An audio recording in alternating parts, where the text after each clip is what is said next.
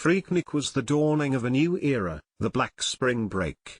But rather than a raucous speech and bathing suit event in Fort Lauderdale, this annual rite of passage took place in Atlanta, which was fast emerging as the Black Mecca.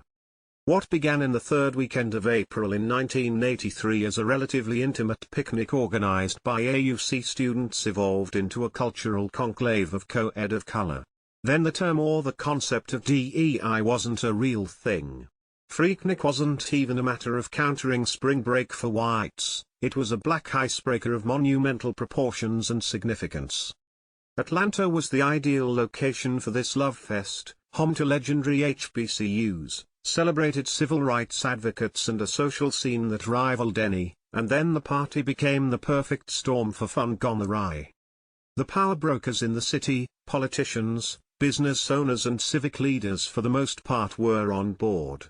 Players from the Maynard Jackson administration and the tourism and travel industry prepared for the increase in parties and the influx of partiers to make it an especially attractive and supportive destination for promising black professionals and budding businesses.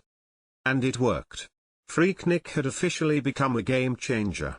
The spirited and the aspiring flocked to the city, and they came back in droves year after year, although the tide was turning rapidly. In the beginning it was relatively wholesome, well, at least not as raucous as it would become. Probably 5 years into it I was in at my favorite happy hour spot on Spring Street, when the song Get Off came on. And when we leapt out of our chairs right in the dining room to do that dance, the manager cut the music and stopped what she must have thought was going to devolve into Sodom and Gomorrah kind of scene. That was the beginning of the end of the absolute exuberance of that great experiment/event. The soul had gone out of the venue that hosted Bob Marley and Peter Tosh, Gil Scott-Heron and Bootsy Collins and exposed millions to the music and the musings.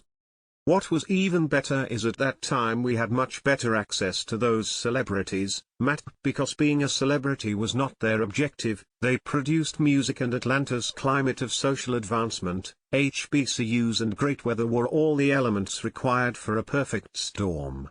But the capital of the South, before it officially became the capital of the South, was poised and ready for the national stage.